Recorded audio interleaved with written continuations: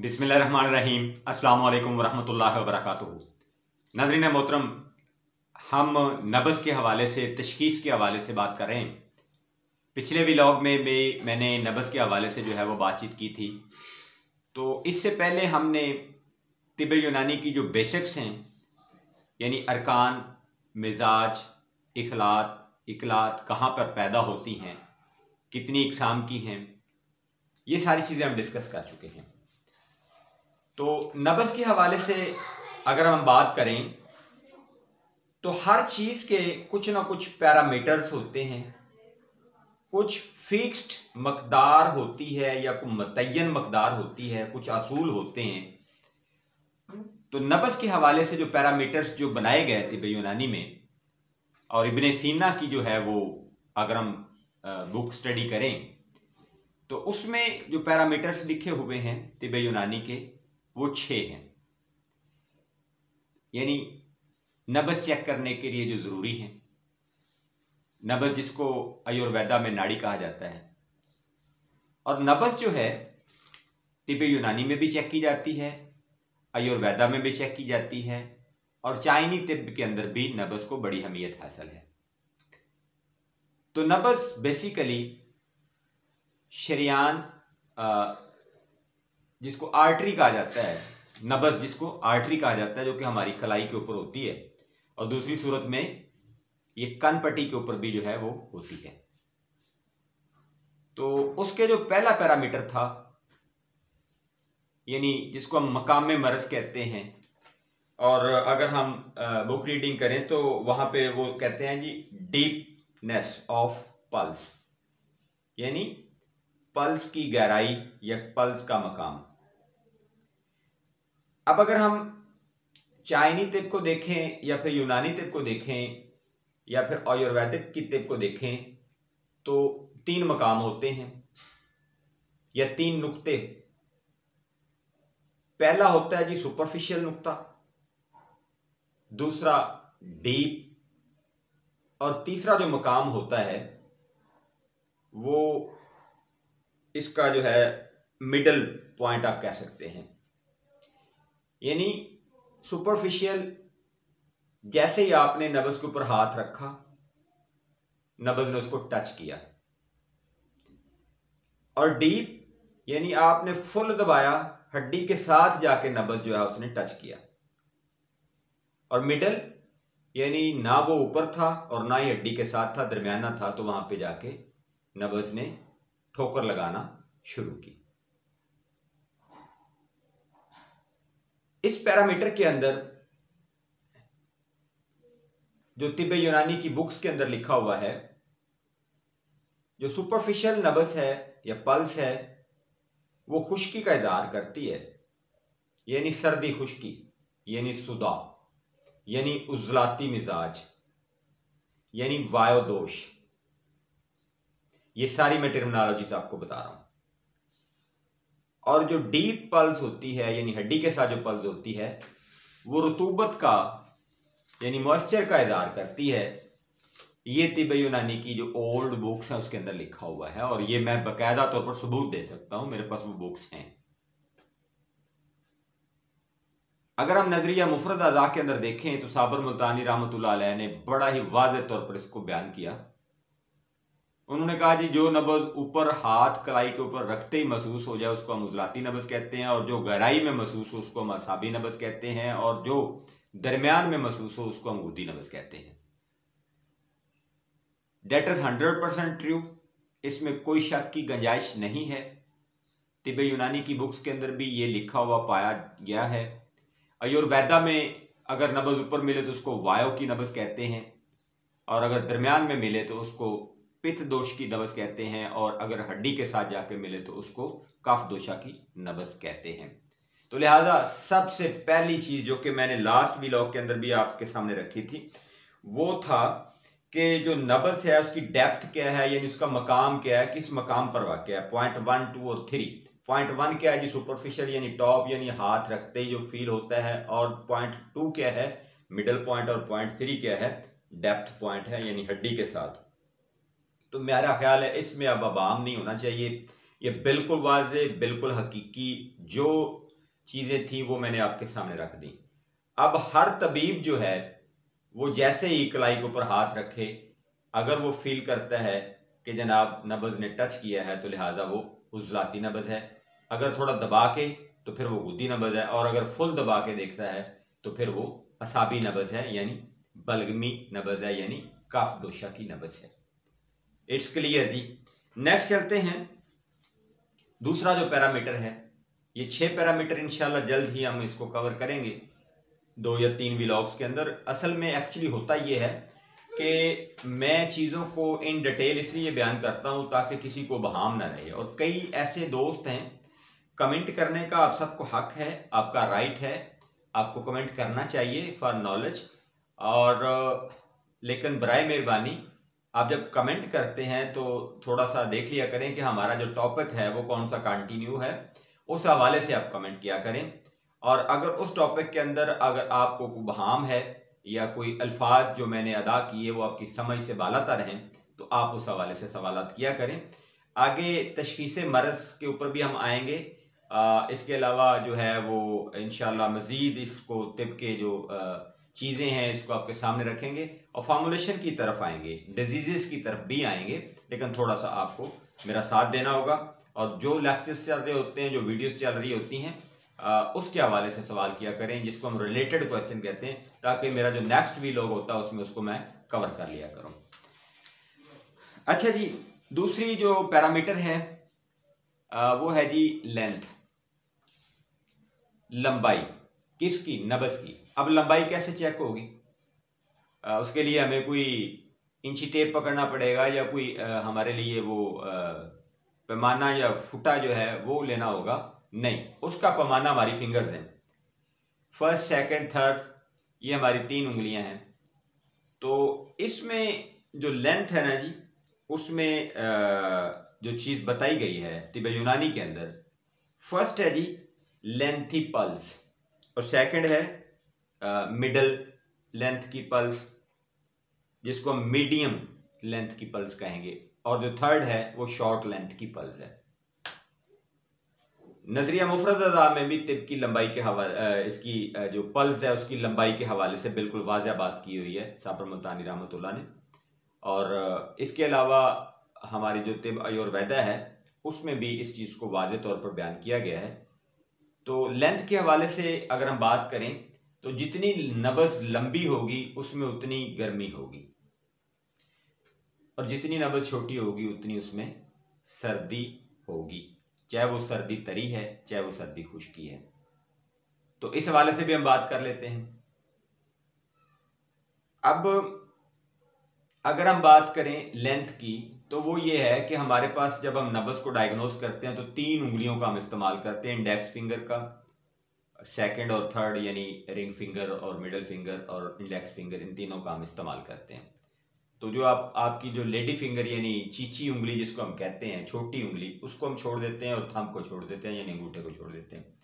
तो बाकी 3 उंगलियों के साथ हम नब्ज़ को डायग्नोज करते हैं, यानी पल्स को यानी नाड़ी को हम डायग्नोज करते हैं।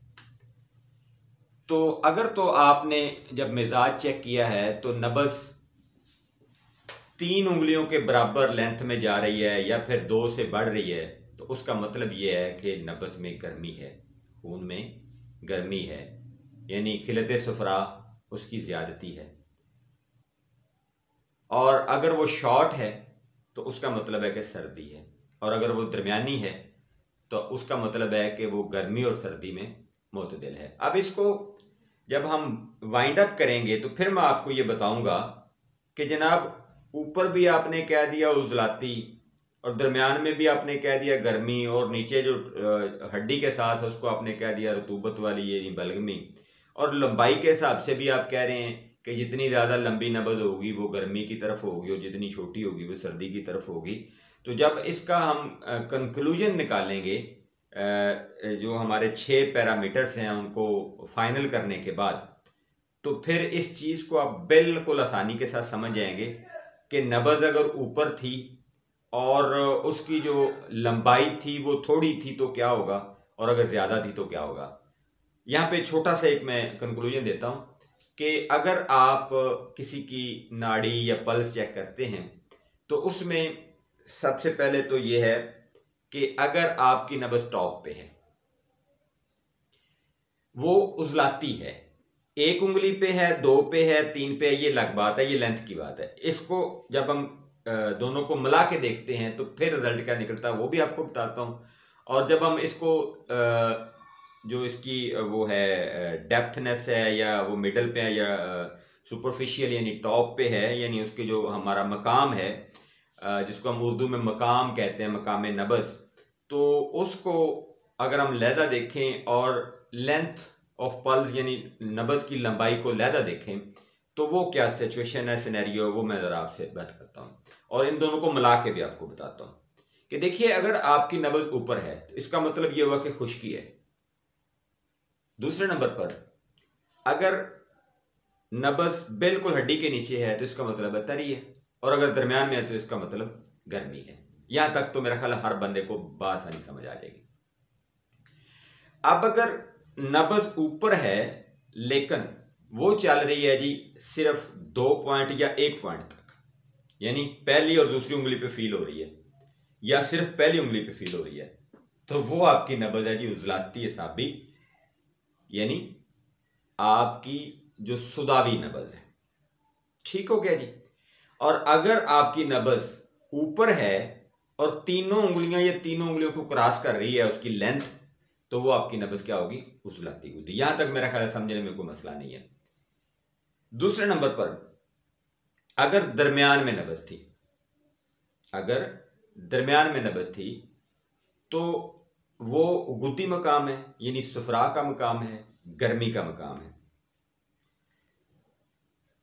यानी लीवर का जो है वो प्रॉब्लम है। इन शॉर्ट वर्ड्स अगर हम ऑर्गन के हिसाब से देखें तो पहला तो ये क्लियर हो गया।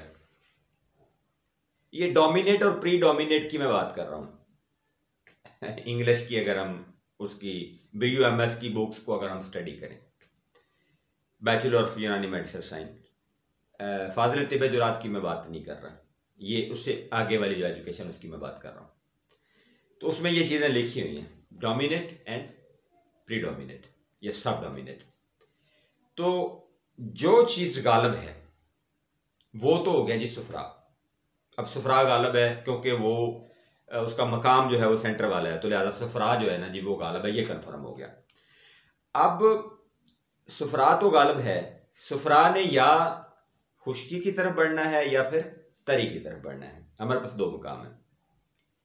अगर उसकी लेंथ ज्यादा है तो फिर वो गर्म खुश्क, और अगर उसकी लेंथ कम है तो फिर वो गर्म तर। तो मकाम और लेंथ से 2 चीजें हम देख सकते हैं। ये चीज साबर साहब ने बड़ी वाज़ेह तौर पर समझाई, लेकिन अभी तक हमारी समझ में वो चीज जो है वो उस तरह से नहीं है जिस तरह से आनी चाहिए थी। तो मकाम मर्ज, मकाम नब्ज़ और लेंथ ऑफ पल्स यानी पल्स की लंबाई, इससे हम नंबर 3 पॉइंट पे अगर जब हम जाते हैं, जिसको हम साबर साहब ने असाबी मकाम कहा और तिब यूनानी कहती है कि जी वो रतूबत वाला मकाम है, इट्स मीन कि वो बलगमी मकाम है, तो वहां पे ये चीज तो बिल्कुल क्लियर होगी कि वो बलगमी नब्ज़ है। अब बलगम जो है उसका तल्लुक या तो फिर होगा जी सफरा के साथ और या फिर सुदा के साथ होगा। तो अगर सफरा के साथ है तो मीन गर्मी है, और अगर सुदा के साथ है तो मीन सर्दी की तरफ है। तो नब्ज़ की जो हमारी लेंथ है वो हमें बताती है कि अगर तो वो 3 उंगलियों को क्रॉस कर रही है तो वो गर्मी की इशारा है, और 2 या 2 से अगर कम है तो वो सर्दी की तरफ इशारा है। तो यहाँ पे हमारे पास जो सफरा है, अगर नब्ज़ बिल्कुल हड्डी के साथ है लेकिन 3 या 4 उंगलियों तक वो जा रही है तो इट्स मीन कि वो साबी गुद्दी नब्ज़ है, तार गर्म नब्ज़ है, यानी बलगम जो है वो सफरा के साथ जो है वो रिएक्ट हो रही है, और इसको हम कफा पिता टाइप जो है वो टेम्परामेंट भी कहते हैं। तो अगर किसी भाई को मेरे अल्फाज से कोई परेशानी हो तो मैं माजरत खाऊं। उसमें यह है कि मैंने आयुर्वेदिक को भी पढ़ा, मैंने तिब यूनानी को भी पढ़ा, मैंने नजरिया मुफरद अज़ा को भी पढ़ा, और अल्हम्दुलिल्लाह मैंने तिब इस्लामी को भी पढ़ा, और फिर जाके मेरे पास ये सारा नॉलेज आया। और अगर किसी भाई को ये परेशानी हो कि जी मेरी जो वर्डिंग है या वर्ड ऑफ माउथ है या जो अल्फाजी है अगर उससे किसी को कोई तकलीफ़ हो तो मैं माजरत खाऊँ। हाँ, अगर किसी को वैसे कुछ शौक़ झाड़ना है या कोई बात करनी है तो वो कर सकता है, मुझे कोई एतराज़ नहीं, आप कमेंट कर सकते हैं। आखिरी बात कहने जा रहा हूँ जी, वो ये है कि अगर नब्ज़ आपको मकाम यानी साबी मकाम पे मिली है, बिल्कुल नीचे गहराई में हड्डी के साथ मिली है, लेकिन वो एक उंगली के ऊपर है, तो इसका मतलब जो है वो ये है कि आपका जो बॉडी टेम्परामेंट है वो आपका जो है वो असाबी उज़लाती है। अब असाबी उज़लाती यानी कफ़ा वता टाइप, ये आयुर्वेदिक के जो वर्ड हैं, और तिब्बे यूनानी में हम उसको कह देते हैं कि तर सर्द जो है ना जी वो नब्ज़ है। तो इसमें आपको कैसे अंदाज़ा किया मैंने और कैसे मैंने आप लोगों को बताने की कोशिश की, इसके हवाले से अगर किसी भाई को बुक्स पढ़ने का, बुक्स रीडिंग का शौक़ हो तो वो भाई जो है तकरीबन कोई